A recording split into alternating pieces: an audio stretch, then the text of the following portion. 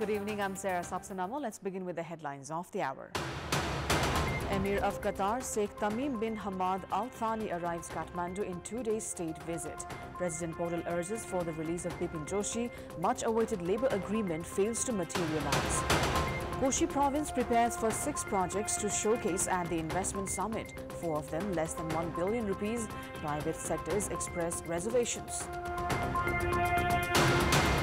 Delhi court extends judicial custody of Chief Minister Arvind Kejriwal. He has been held in Tihar jail since his arrest on 21st of March. And Bhuvan Nagarkoti atop the table of 7th edition of Surya Nepal Golf Tour on day 1. Bhuvan Kumar Roka and Neeraj Tamang behind with 1 stroke.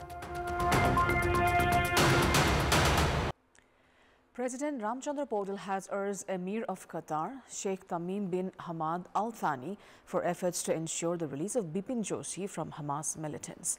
Qatar's Emir is in Kathmandu for a 2-day state visit upon invitation from the President. In response to the request, according to President's office, the Emir has said that he had inquired about the situation and assured he would put additional effort for the release of Bipin. President Podal had received the Qatari Emir from the Tribhuvan International Airport this afternoon. He was welcomed with cultural performances and a consignment of Nepal Army offered him a guard of honor. Vice President Ram Sahaya Prasad Yadav, Prime Minister Pushpa Kamal Dahal, Speaker Devraj Ghimire and Deputy Prime Minister and Minister for Foreign Affairs Narayan Kaji Shrestha, among others, had reached the airport to welcome the Emir. During a meeting held at the office of the President at Sheetal Niwas, the President sought for cooperation with Qatar on issues of climate change, global security, protection of the mountains and water sources, and attaining ecological balance. In reply, the Emir said the results would be productive if all concerned worked together to implement the agreements made on climate change. According to the office of the President, the Emir also expressed appreciation, saying Nepal had a big role in Qatar's development. The meeting was also attended by Deputy Prime Minister and Foreign Affairs Minister Narayan Kaji Shrestha, Energy Minister Shakti Basneth and Foreign Affairs Secretary Sewa Lamsal. Sheikh Tamim bin Hamad Al Thani had arrived Kathmandu after concluding his state visit to Bangladesh. President Podal has organized a state banquet in the Emir's honor. Tomorrow, the Emir will hold a bilateral meeting with Prime Minister Pushpa Kamal Dahal, which will be followed by signing of bilateral agreements and memorandum of understanding before he ends his trip to Nepal.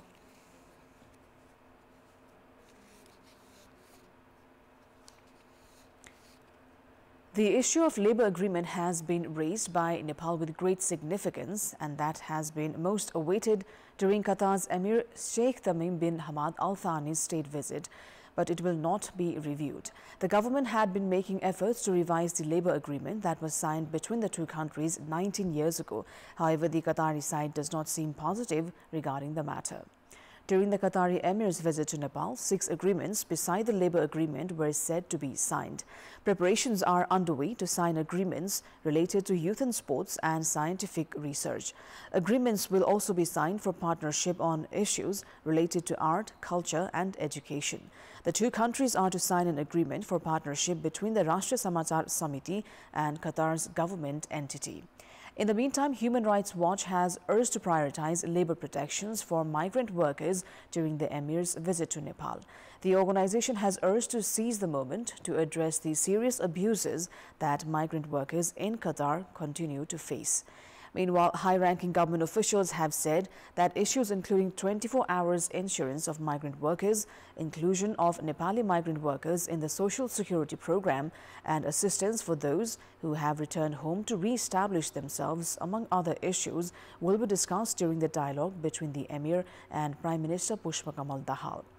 The Premier, meanwhile, has made preparations to urge the Qatari Emir to invest in Nepal's hydroelectricity, infrastructures, construction of modern stadium and tourism sectors. Now, in our Public Voice segment, today we've asked people in several provinces how had they participated in the democratic movements. Let's take a look at what they had to say.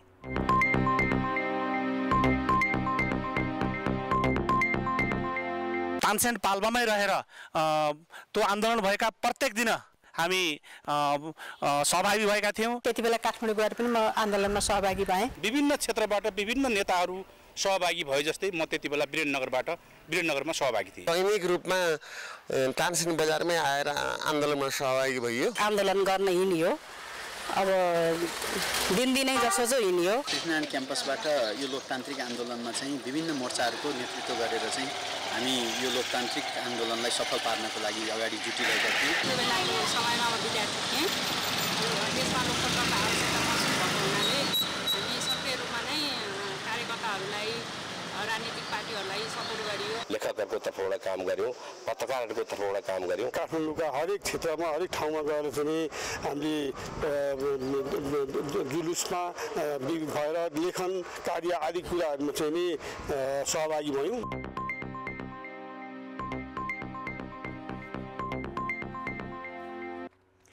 Koshi Province government has sent 6 projects for showcase at the investment summit slated for 27th and 28th of April. This includes 2 large-scale projects that needs an investment of more than 1 billion rupees and that rests less than 1 billion.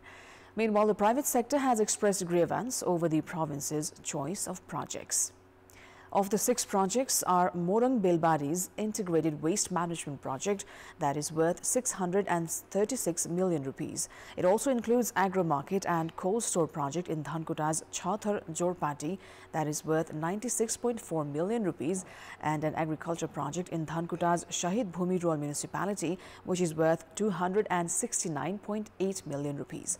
The province also proposed a showcase project for exhibition and conference center at Biratnagar that is worth 1,234.3 million rupees. Also includes the Pathari Sanishchari Ecotourism and Free-Range Farming Project that is worth 600 million rupees and 3,830 million rupees worth Siddhi Khola Multipurpose Project in Ilam. The private sector have said the projects chosen are not as significant to be presenting at the investment summit. Meanwhile, the investment board has said it has sent projects that have balanced and strategic significance to the country's economy. It is time now for our segment Public Pulse, where you text us with your opinion. Public Pulse. But before today's question, let's take a look at the results from yesterday's poll. Yesterday, we asked you, at a time when there have been incidents of fires and wildfires across the country, why has the cabinet not made it an agenda for discussion? 61% voted for option A, insensitive towards the people, 34% for B, negligence regarding disasters, and 5% for C, excuse of jurisdiction. And here's today's question. What kind of projects should the government prioritize to generate employment at a large scale? Your options are A, agriculture-based, B, industries and factories, and C, services and tourism. The voting is on. Type NEWS, select your option A, B or C and send it to 34001 to share your opinion with us. Nagarik Unmukti Party Chair Ranjita Shrestha, in her response to the Supreme Court, has said that Resham Chaudhary is ineligible to become the party's chair as he is guilty of murder. The Apex Court had ordered the opposition Shrestha to furnish answer after Resham Chaudhary filed a writ demanding recognition as the party chair. Chair Shrestha, in her written answer, stated that Chaudhary cannot be appointed the party's chair as he was found guilty in Tikapur massacre. She also stated that he cannot be appointed as chair of political party as per the legal provision. Shrestha also stated that the act related to political party would bar Chaudhary from being a party member as well. The Election Commission on 24th of Nepali month of Falgun last year had refused to recognize Chaudhary as the chairperson of Nagarik Unmukti Party. The General Assembly held with Chaudhary as the chair of the organizing committee was also scrapped. Shrestha and Chaudhary are husband and wife. Minister for Home Affairs Ravi Lamichhane has said that the savings of depositors of cooperatives will be returned at any cost. Addressing the election assembly of Rashtra Swatantra Party held in Chulachuli of Ilam, Home Minister Lamichhane pledged to return the depositors' money by introducing appropriate policies, formulating laws or amending them. He said that regular discussions on the matter is being held with the Premier and that laws will be formulated through ordinance if required. Lamichhane said that laws will be formulated to compensate the victims of cooperatives by selling properties and assets of the operators. RSP Chair Lamichhane blamed the parties of trying to create obstacles out of fear of losing their grip on power. RSP Deputy Chair Swarnim Wagle, who had attended the assembly, urged the general public not to follow old trend and to vote for a different party. Rising temperatures have been recorded in the Tarai region of the country since the past few days. Prolonged drought, wildfires, air pollution, deforestation and climate change are projected to have caused extreme temperatures. However, all three tiers of the government have made no preparation in this regard, except for announcing holidays for schools. Rising temperatures in the Tarai region has been recorded since the beginning of the ongoing Nepali year. According to Meteorological Forecasting Division, Bhaira Hawa has recorded this year's highest temperature of 43.6 degrees Celsius. Nepalganj has reported 40.7 degrees, Dhangadi 40.6 degrees, Janakpur 40.2 and Biratnagar 36.7 degrees Celsius. Although temperature has slightly decreased in Janakpur due to haze, general life has remained affected due to heat wave and pollution, as rain has not been expected anytime soon. People have been consuming cold beverages, including lassi and juice, to beat the punishing heat. Likewise, sale of cucumber, watermelon and green vegetables have also increased. With this, risk of seasonal diseases and heat stroke have gone up. Meanwhile, doctors suggest to consume fresh food, drink sufficient water, go outdoors only for essential works, use umbrella and cover skin to prevent such diseases. Although the rise in temperature affects education, health and agriculture among other sectors, the local government has made no preparations in this regard. Markets remain deserted during daytime, while the number of service seekers at various administrations have also decreased due to the heat. Businesses have also been affected, while daily wage workers have been facing difficulty to make their ends meet. However, the meeting of the District Disaster Management Committee has yet to be held in Madhya Province. Rise in the risk of heat wave in the Tarai region has been predicted for this year.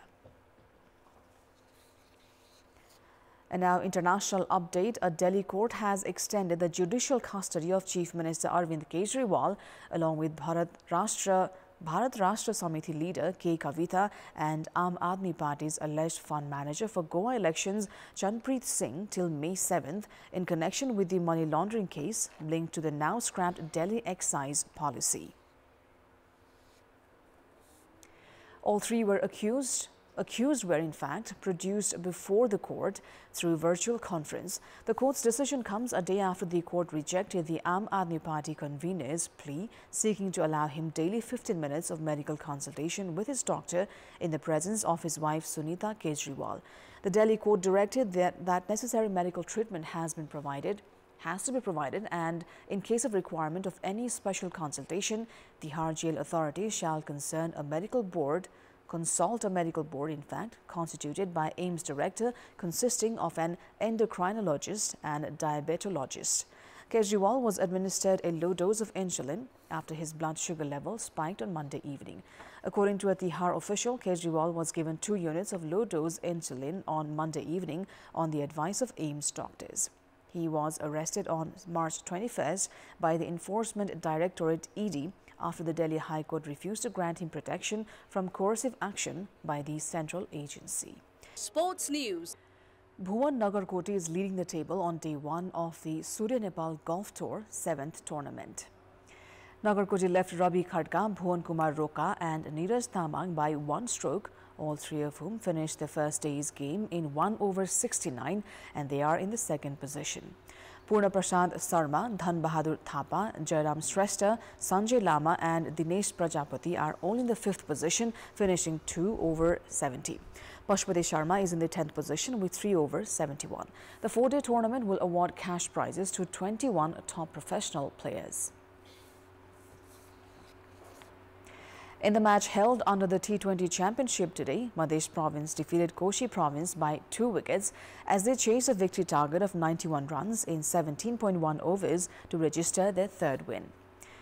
Koshi opted to bat first and posted 90 runs in the stipulated 20 overs, losing 9 wickets. Opener Minash Thapa went out for 0 and Ankit Subedi for 1. Sujan Thapalia scored 16 runs, Samir Karki scored 28 and Sarwan Yadav contributed 27. None of the other batters scored in double digit. Vishal Patel, Abhishek Tiwari, Ranjit Kumar and Pradeep Paswan each claimed 2 wickets for Madhesh. In reply, Madhesh chased the target with 17 balls remaining. Opener Shahil Patel scored 11 runs. Captain Rahul Mandal, Arniko Yadav and Bishal Susling failed to open their accounts. Bishal Patel top scored with 37 runs. Rohan Bika contributed 31. Koshi's Sarwan Yadav claimed 4 wickets and Dipesh Kadil 3. With the win, Madhesh have collected 6 points from 5 matches. Koshi is at the bottom of the points table, having failed to produce a single win so far.